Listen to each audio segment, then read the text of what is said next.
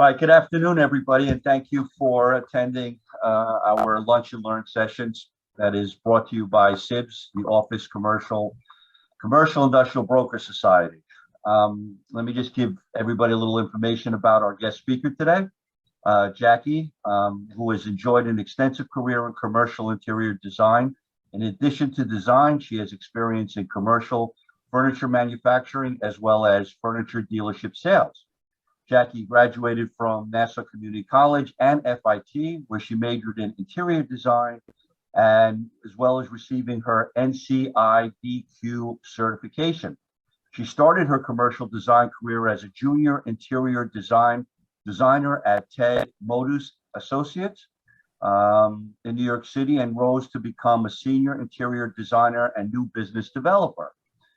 She left her position in New York City to raise her family on Long Island and formed her design firm bearing her name, Jacqueline Innes Wynn Interior Design. In 2012, she became the territory manager for Global, one of North America's top furniture manufacturers. And after 7 years on the road at Global, Officeworks, her current employer, a complete office furniture firm located in Hauppauge, hired Jackie as their Director of Corporate Business Development, a position where all of her extensive experience melted into one.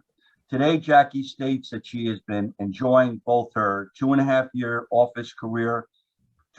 career with Officeworks and her summer sessions working at the Sayville Ferry on Sundays. I wonder what you're doing there on the ferries, but we'll get into that later. So now it's my absolute pleasure to welcome Jackie Wynn as our guest speaker today. She's a very active member of CIBS since 2000. She's also a new sponsor, which we thank you very much for, Jackie.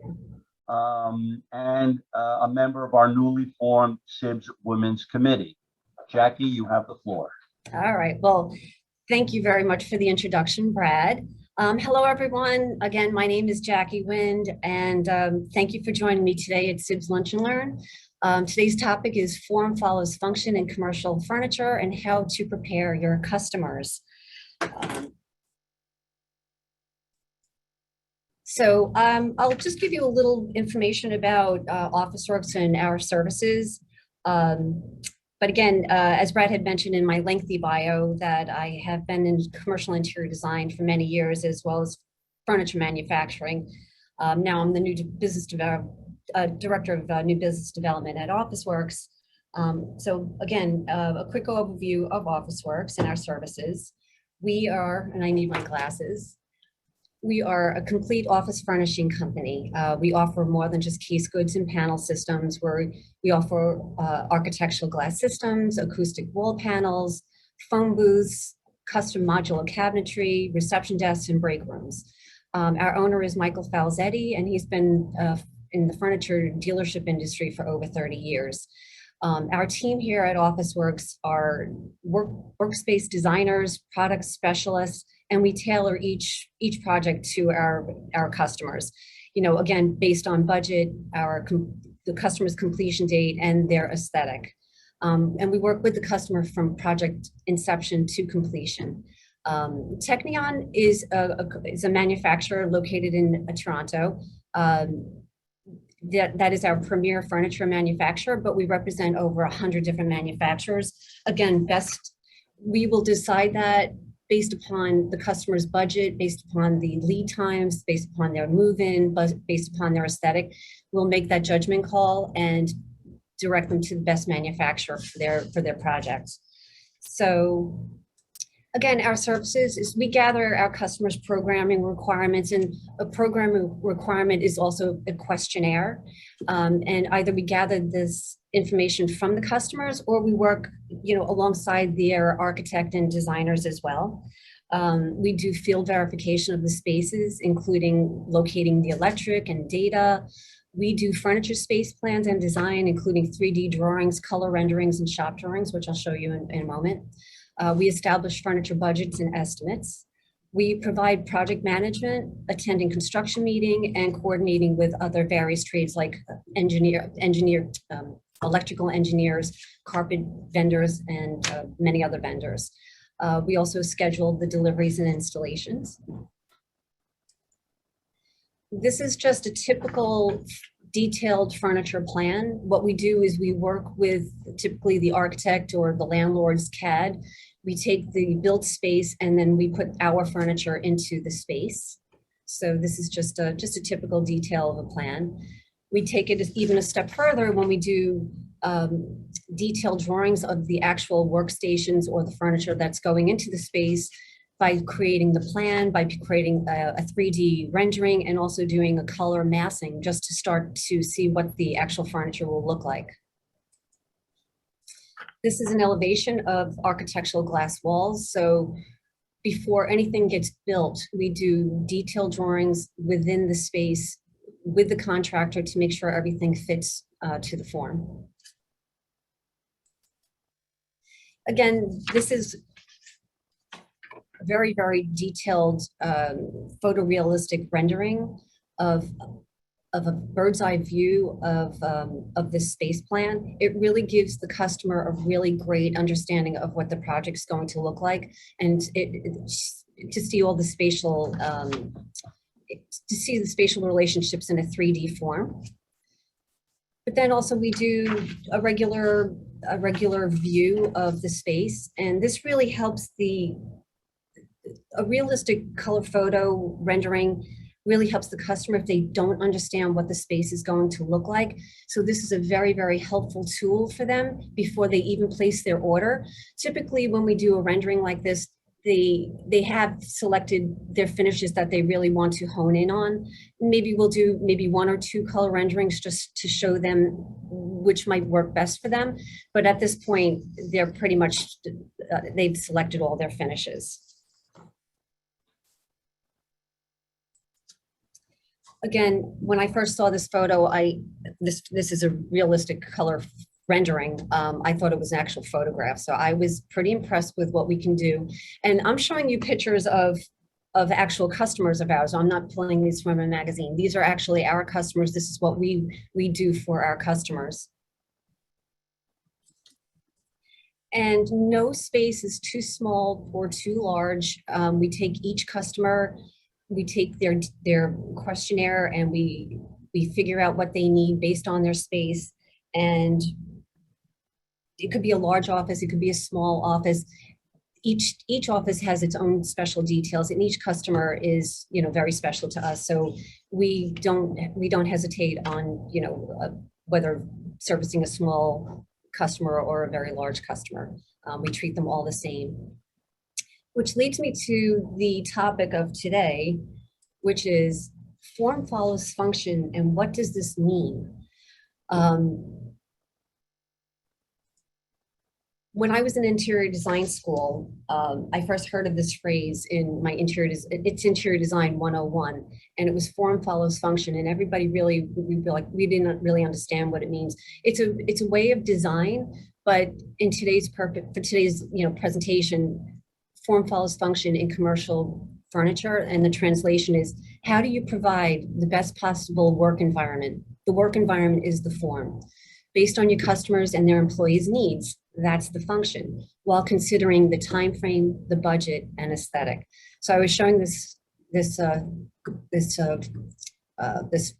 clip to my husband, and he wanted to know what the piggy bank was. I'm like, honey, that's the budget. So. And he's like, well, what are all the questions? The questions are what the customer's aesthetic will be. I think everybody knows what the other one is. That's the time. You know what, Jackie, while you're talking about questions, we forgot to mention that if anybody has questions as Jackie's presenting, you can raise your hand, and I'll open the floor so that you can ask your question directly, or you could just pop it in the chat box and I'll read it to Jackie so she can answer it. Or you can save it till the end, whatever works for everybody. Okay, terrific. So when we meet with our customers, whether it's the real estate brokers, architects, and interior designers, or us at Officeworks, we start out with the initial interview or questionnaire or programming requirement, and this helps us assist in determining the customer's function. The real estate brokers need to determine the location, the spaces, the square foot cost. Architects and designers conduct test fits or preliminary plans to analyze the function of the spaces within the built walls, and brings the space to its form. And at Officeworks, we have to tie all of the components together. So we have to work within the built space and expand on the architect's and the designer's vision and bring the project to fruition. But the initial interview is, asking a lot of the pertinent questions.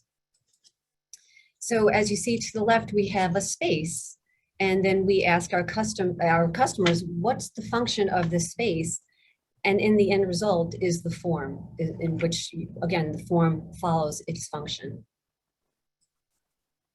So furniture is the final piece. It manifests into the function in its final form. So as you see, you have a built wall, you have the color of the wall, you have to put the furniture, but you have to ask the customer, what's going in this built wall? What do you need in this space? So until you ask these questions, you don't know what the form is going to take as far as furniture. So another of my favorite phrases is, a picture is worth 1,000 words. I love to show pictures because words in interior design, we're very artistic. You need to show pictures, you need to show colors. What style do you like? But oftentimes the question is, which style don't you like? And that to us helps us, and it creates a process of elimination, and it's a very, very, very helpful start for us on their projects. They might, interpretation, you might think something is a traditional, it might be transitional, it might be modern. So until somebody really sees a picture, they really don't know that this helps with the communication and can help us focus in on different manufacturers. So again, along with the furniture images, we like to ask lots of pertinent questions, and it often follows the who, what, where, when, and why. Who's going into the space? What's their task or function in the space? What do they need to complete those tasks? If you go into a 911 call center, it's much different than going into a communications company. So again, until you know what these people, what the task is, you don't know how these people, you need to know the function of these people. Where in the space would you like the placement of furniture? Where are the locations of the electric? Is it in the wall? Is it in the floor? Is it coming from the ceiling? This also helps us. Not all furniture is set up to come from the ceiling. So we need to know all these things before we even propose furniture to our customers. My favorite is, when is the move-in date? So if you can ask the question to that customer, the sooner the better, because that determines a lot of the manufacturers. Because currently, as you know, lead times are getting a little bit longer. The supply issues are real, especially in the furniture industry. So if the carpet's already down, it's almost getting too late, and then we start getting that panic call from the customers because they know they don't have a lot of time to get furniture, and their choices of the furniture get smaller and smaller and smaller with the least amount of time. So as soon as your customer knows when they want to get in, the sooner you should get us involved. And why? Why do you need a particular piece of furniture, and how should it function in your office? So again, I'm just being very general with the different portions of the project, but typically the open workspaces back in the day were 6x6 cubicles. Things have changed a little bit, but with COVID, it has changed a little bit again. So workstations, also known as cubicles. Benching is more of a community type of a workplace. Hoteling or hot desking, if anybody doesn't know those terms, hoteling is more of it's almost like a hotel. You have to order your desk for the day and you have to make an appointment. Hot desking means many people are going to be using that desk at different times of the day. So these are the questions you need to know how your customer is functioning or how they plan on functioning, especially in the future. Non-tethered work areas. Nowadays, you can actually put power packs on desks. So they don't necessarily need to be near an electrical outlet. You can actually move them around the space and have a power charger right there. Asking your customers standard or height adjustable work surfaces. What type of filing and storage and or lockers are becoming extremely popular because it's a place where people can touch down. They could create their own locker and it's their own environment. It's a sense of being in a space, especially if you're doing that hot desking or hoteling. So that's almost like a piece of permanency while they're in the space. Sound masking is also very important because if you have an open space, lots of people and don't the typical panels, you need to mask the sound because you will hear each other's conversations. But again, this is these questions that you need to ask in the open workspace. Reception areas, sometimes there is a person at the desk, sometimes it's just pretty much a figure. It's more of an aesthetic versus a function, but these are the questions that we need for the reception area. How many guests are seated at the same time? Is it 1, 2? Is it 10? How long is the wait? So again, reception area, pertinent questions. Conferencing, everybody remembers the big boardroom conference and 2 people sat at either end of the conference table. That's pretty much a traditional conference room. There's been many informal or non-traditional conference rooms happening lately. Conference rooms take up a lot of real estate. Sometimes they, with all the virtual conferencing, you don't need that traditional conference room anymore. But again, depending on your customer, these are the questions you have to ask. How often do you use the conference room? Should it be multifunctioning? Should we have training tables in there and then put them together as a conference table when you need a lot of people around the table? Do people like to stand up and speak? Do you need just a few people in a pod, which is these little phone booths that actually house little conferences? Also, video conferencing, is that necessary? Because that also requires electric and data in your tables. Private offices is another term that has changed, where the people used to love being, you've made it to the top once you're in that corner office. Now corner offices are becoming something of the past because of people want more window space and they want to bring the build space on the interior and have more of the open space on the window line, creating more light for their employees.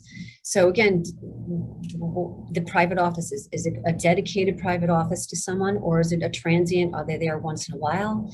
Will this be a single occupant or double or multi people in one office? Multiple uses? Will it turn into a small conference room if you're not around? Does it require height adjustable work surfaces? Any type of storage? How many guests?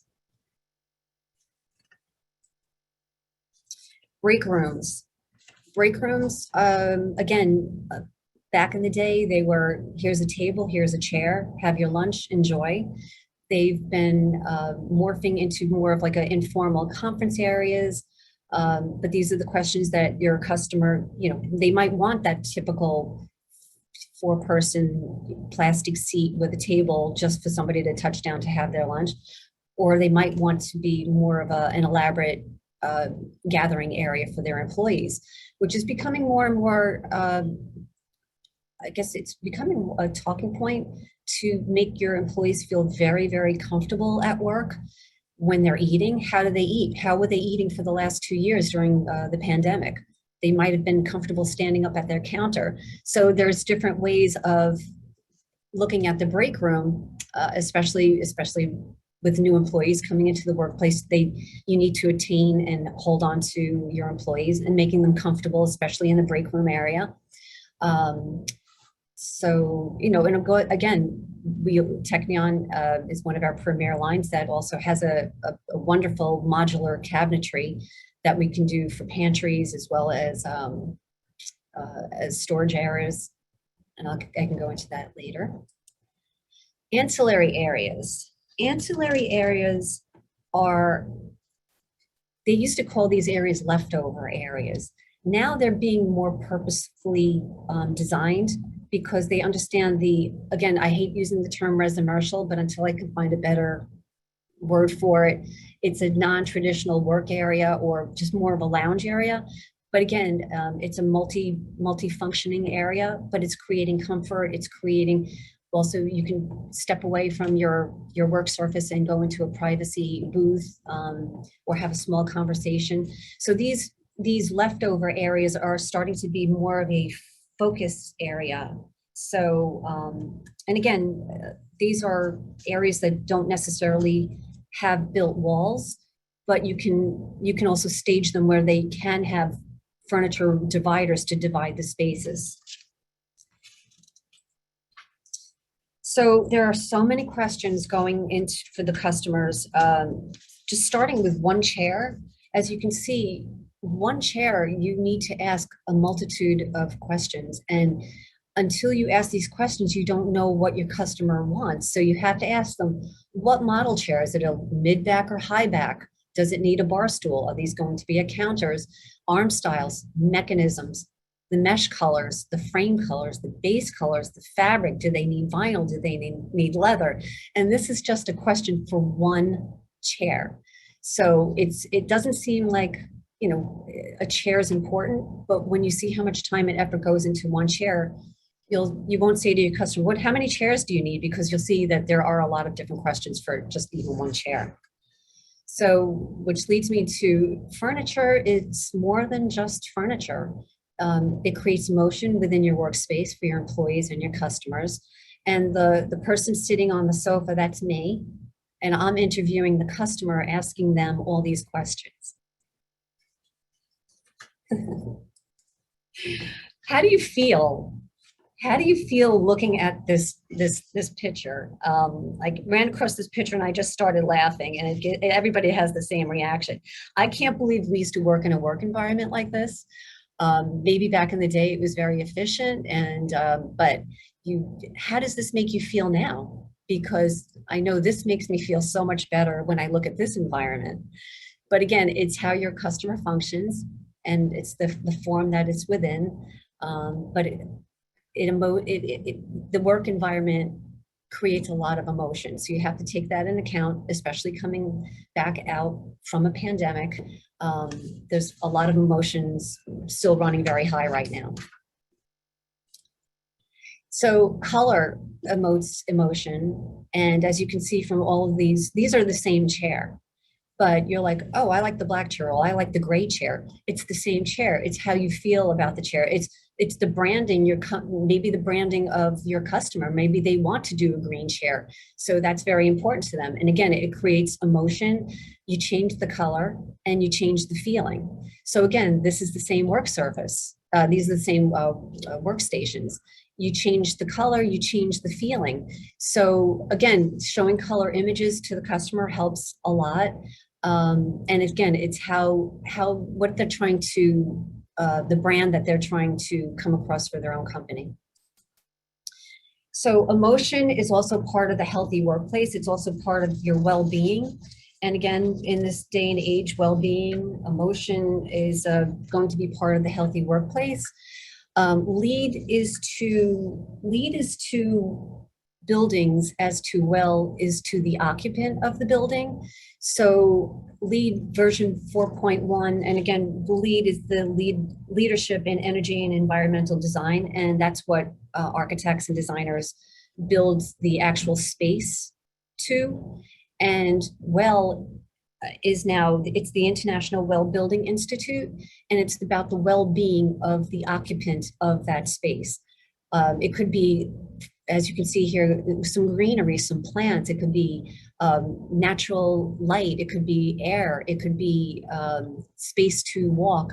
So again, the healthy workplace, I believe I think that's, sustainability was a buzzword. I think the healthy workplace is now the new buzzword. I don't like using too many fads or trends, but I believe healthy workspace is going to be, I think it's going to be here to stay. So again, Technion is our premier furniture line because they have, they meet and exceed all factory and industry standards with their manufacturing processes.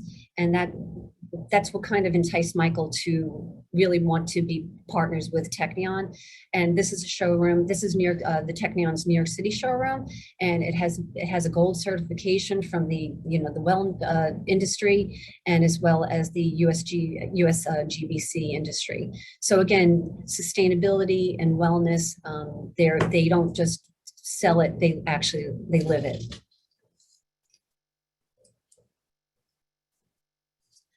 The furniture, I was looking up furniture. I was planning on talking about trends in the industry, and I'm really glad that I didn't because the trends seem to be changing every day. This is just from December. You know, COVID-19 changed the way we work. Will office space ever be the same again? And then just jumping down, you know, is returning to the office dead? What about the impact of Gen Z? Bars in the office building. I know everybody just woke up when I said that. What's really happening when we start using offices again? How office design can influence employee health and wellness? Is remote work failing our younger workers? And the early days in the flex revolution, who's working 3 days a week versus 5 days a week? But every day it seems like the headlines for the furniture industry keep changing. So, which leads me to my conclusion. So the furniture trends seem to be changing daily and the future of the workplace is still uncertain. Work environments vary differently from California to New York City to Long Island. And the takeaway from the furniture headlines and the trends in the furniture industry, your customer's workplace, it simply ask your customer. They might seem only overwhelmed with the barrage of initial questions. However, the result is a truly reflective workplace that will fit their company's individual form follows function. And I just wanted to say thank you to Dan Weiner, president of CIBS, the associate board committee, Brad Diamond and Leo Farrell, and to Christine Majid, our CIBS administrator, you know, for your tireless efforts, and to my fellow CIBS members and taking time out of your lunch to listen to me. So if there's any questions, I'd be more than happy to answer anything. And I hope you guys found this very beneficial. Thank you so much, Jackie. That was wonderful. Bradley, you have your hand raised. Do you have a question for Jackie? Otherwise, I have a few that came in while she was First of all, Jackie, thank you very much for a great presentation. And I will never, ever, I promise you, look at a chair the same way again, because I never realized that there were so many components. Mission accomplished. Exactly. So my question to you is, how has the disruption in the supply chain affected your delivery for office furniture? And should we be working with you or just forewarning clients of extended delivery time? Just a longer lead time. Like typically like a desk used to take 4 or 5 weeks. Now it's taking 6, 7 weeks. The factories have been pretty good. You know, it depends on who's having a pandemic and who's shutting down. You know, the factory, you know, a lot of the factories are in America, but a lot of the pieces and parts and mechanicals are coming from China. So if you have a widget coming from China that's helping, you know, do this seat production in Canada, that's slowing things up. Trucking coming from California has been a little bit of the lag because of the lack of truckers. The fuel surcharges are going up, as everyone knows. So it's just brace your customer. We try to give them the best possible price, the best possible lead time based on what we're offered today. And we check every day. We check what the lead times are every day. Okay, thank you. But give yourself plenty of wiggle room. Because even the, you know, I don't want to say the Chinese quick ship, which a lot of quick ship items came from China for the furniture industry. The little less expensive stuff that you might just use for like a year or two, they've gone up in price. Their back orders are ridiculous. Okay, thank you. Thanks. Okay, Jackie, I have a question. So you mentioned that projects were small to large. Can you give a description of something like from a minimum to a maximum of a project that you would handle for a client? One chair. Literally one chair. Literally one chair. Okay. But you have a lot of questions with that chair, right, Brad? Yeah, exactly. One chair. It could be for somebody's home office. I was dropping off chairs during the pandemic. There's really nothing too small or too large. We're a furniture, you know, we represent all of our customers. So, and we have national accounts as well. So we could go from one chair to national accounts. And our customers take us everywhere. Meaning a national account like franchises and things like that? Yes. Or? Yep. Mm-hmm. Okay. We have companies that have multiple locations all over the country. Okay, great. Also, what is the percentage of your clients that you see reverting back to cubicle spaces rather than open space due to the pandemic? Are you seeing that, or? Cubicles, I was I hated to call myself this, but I was starting to be the queen of screen during the pandemic, because everything that had a cubicle needed a screen, a plastic screen, or a piece of glass on top to create this nice little bubble for our customers. I believe that you can achieve this with, I would say 51 inches. It's just enough to muffle your voice, but enough to see over your head. I don't see 66 unless they want to do storage above. So, but the cubicle, I don't think the cubicle ever left. It's always been morphing, and it's been making it seem prettier by adding just colors and different accessories. And again, it depends on your customer, and it depends on how much space they have.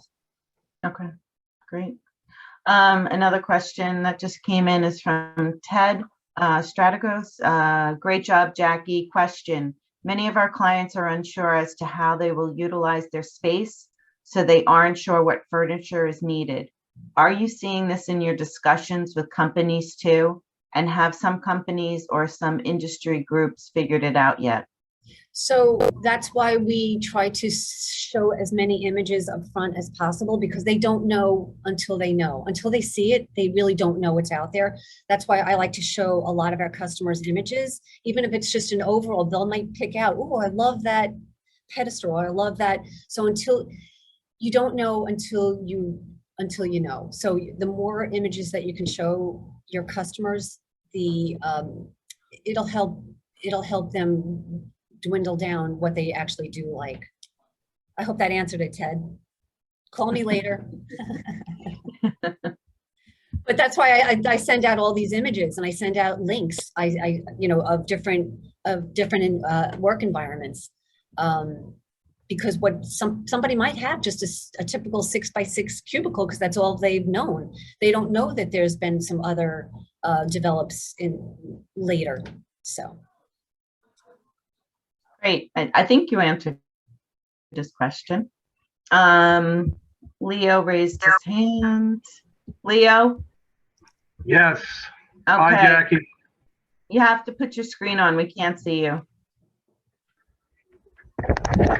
Sorry about that. Hi, Jackie. How are you? Hi. Great job so far. Thank But I just want to ask you, it's a pretty broad and general question, but what would you think the biggest change you've seen because of COVID? The biggest change in your I was doing research, reading about the industry. The industry is in California, the industry is in Chicago, the industry is out west, down in Florida. It really depends on where you are. And Long Island, as you know, is its own special little place. Sometimes time just goes and you don't even know 20 years came by looking at their office space. So it really depends on the function of their offices again, and the trends. It depends on it really depends on the work environment that they're trying to create. They are trying to separate a little bit more, Leo. I would have to say I never saw a trend disappear so fast than the benching. The benching right after pandemic, there was no benching. I feel like the benching is coming back a little bit. Again, how much space do you have? How much square feet? How many employees do you need in that space? It's form follows function. It's take the space minus the circulation equals the form. So, and the number of employees. So, but there's trickeries. There's ways. Right. Do you see a trend towards offices downsizing? And when they do downsize, do they change what they had into something? It's funny because they're starting to come back. They're downsizing a little bit, but they're also coming back. So, which, we've been pretty busy. We've been, people, hey, we're coming back. We're redoing this. We're reconfiguring. So we're all trying to figure this out at the same time. That's why I'm really glad I'm not talking about future workplace. Taking it day by day. And again, how is actually, I've been hearing like customers are sending out questionnaires to their employees. So, after 2 years, so much has happened. Who had a baby? Who has a dog? Who can only work 3 days a week? Who's going back full time to the city? So it's still morphing. It's still changing. So, but you have to keep asking your customers these questions. How are they going to function? How are they seeing their companies function in the future? Jackie, I'm sorry, go ahead. I could talk for hours, guys. No, I was just going to say, Jackie, you bring up a funny point. Are you going into the dog furniture business? Because I'm hearing that more and more offices are allowing pets now, so they're doing little. Well, our neighbor next door, we keep our door open between the next tenant and the dog wanders. So pet furniture, possibly. She just sits wherever she wants to. Right. But yeah, these are questions for the customer. Are you going to allow dogs back into your environment? So you might need a lot of vinyl. Yeah. Yeah. I don't see any other questions come up on the screen. So Bradley, if you want to. So again, Jackie, thank you so much for this great presentation. And if everybody could see on the screen right now that Jackie's contact info is there. So she's at Office Works in Hauppauge and her telephone number is there. I'm not going to give out her cell number. That's up to her to give out to everybody if she wishes, but here's her regular number. And then as a co-board member of the Lunch and Learn, along with Leo, I'd like to thank everyone. And if anyone else would like to host a Lunch and Learn, please contact either Leo, myself, or Christine and let us know what topic. We've got a couple of interesting things coming up later on this year, so stay tuned for that. And then as well as other CIB events, including the golf outing, which is, less than a month away, I guess. So I guess thank you very much, Jackie, Christine, Leo, and everyone who's attended. Thanks, Brad. Today. Great day. Real appreciate it. Thank you, Brad. Have a great lunch, job. everyone. Thanks.